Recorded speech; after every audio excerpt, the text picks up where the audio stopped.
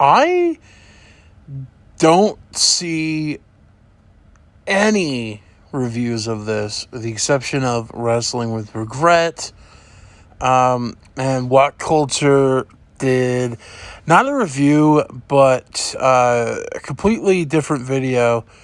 I don't see any reviews, and I can understand why. Trust me, but I think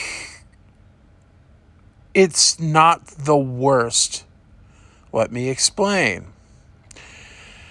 In my humble opinion, I don't think December to Dismember is the worst pay-per-view of WWE. Trust me, there's been a lot of bad pay-per-views in the past and now. And I'm going to talk about those very soon. But for now, I'm going to just review ECW's December to Dismember. Now, yes, there's a lot of just WTF ideas and WTF moments. Heyman being the main, letting Heyman with everything, and I know a lot of people that have seen it, that were there, didn't really have the best time. There was very, very negativity in the audience. There's a lot of negativity outside the arena from the people I know. You got good matches. You got the Hardys defeating M&M, for the tag team, just a tag team match. And this is M&M when they still had when it was Nitro, Mercury, and Melina. So that's cool. Elijah Burke and Sylvester Charquet defeating the FBI. Fine. Daivari with the Great Khali defeating Tommy Dreamer.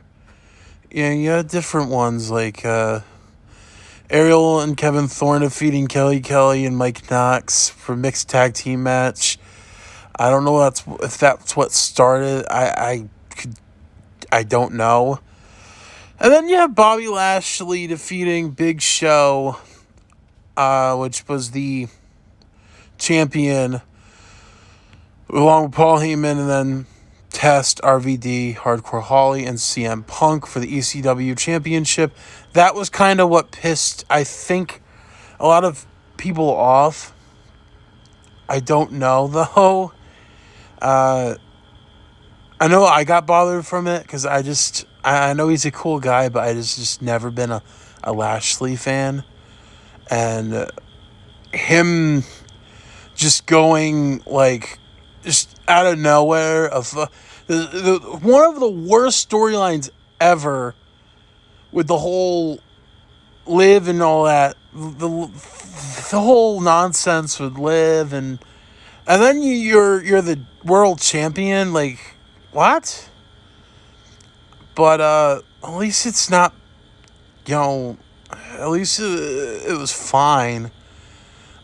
You had a lot of weird, the event had an attendance of 4,800, received 90,000 pay-per-view buys, with 55,000 of them domestic buys, the lowest buy rate in WWE history until the introduction of the network in 2014, which we no longer have. Although it was scheduled to be held again in 2007, that was never gonna happen again. The show was canceled after discontinued. Exclusive pay-per-views following WrestleMania 23 in April of 2007. It would be cool if you kind of bring it back for something different. This time we can get WWE December to Dismember, just something different. Because, we need more fun in this PG terrible era. So who knows? Maybe something better than what this was. And again, you have good matches. You have the Hardys and M&M, and I do gotta say the Elimination Chamber match was fine for what it is, and I think that's again one of the most negatives that the people have. But to me, it's just a fine, a little bit better than Royal Rumble 2. I think it's better than Royal Rumble 2014. That I is on my like top 5 most hated, in my opinion. That I just despise pay-per-views.